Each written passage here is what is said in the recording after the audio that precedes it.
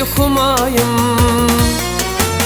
Sensin köngül dünyame yar, yaltı saçyan günayım.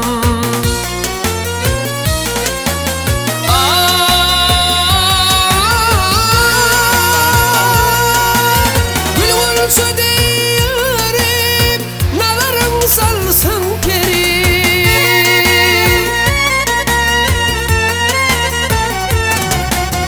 Aydymy ay vurip ağzın açar aferin.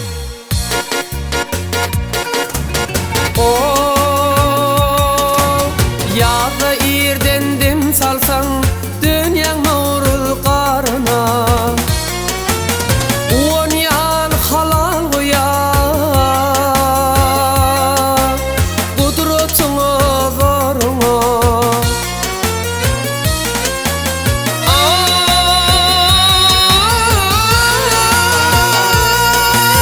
Gülgün deyirip nalarım salsın Perim.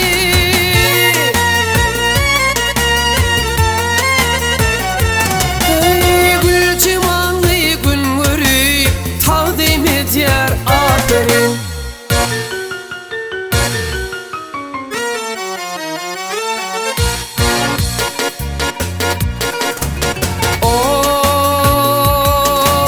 Meşhur ettin eleme küllü Türkmen ilimi.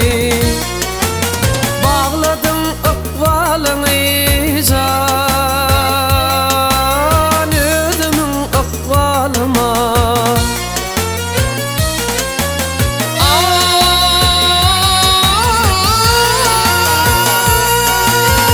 Gülgün deyirip nalarım salsın Perim.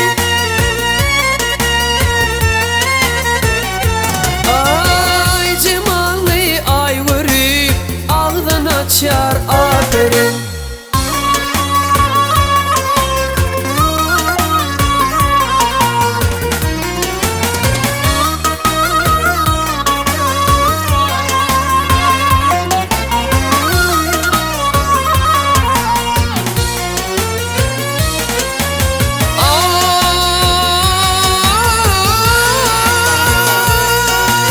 Gülgün deyirip nalarım salsın Perim. Gülcimanlı gün görüp tağdymy eder aferin. Aydymy ay vurip ağzın açar aferin.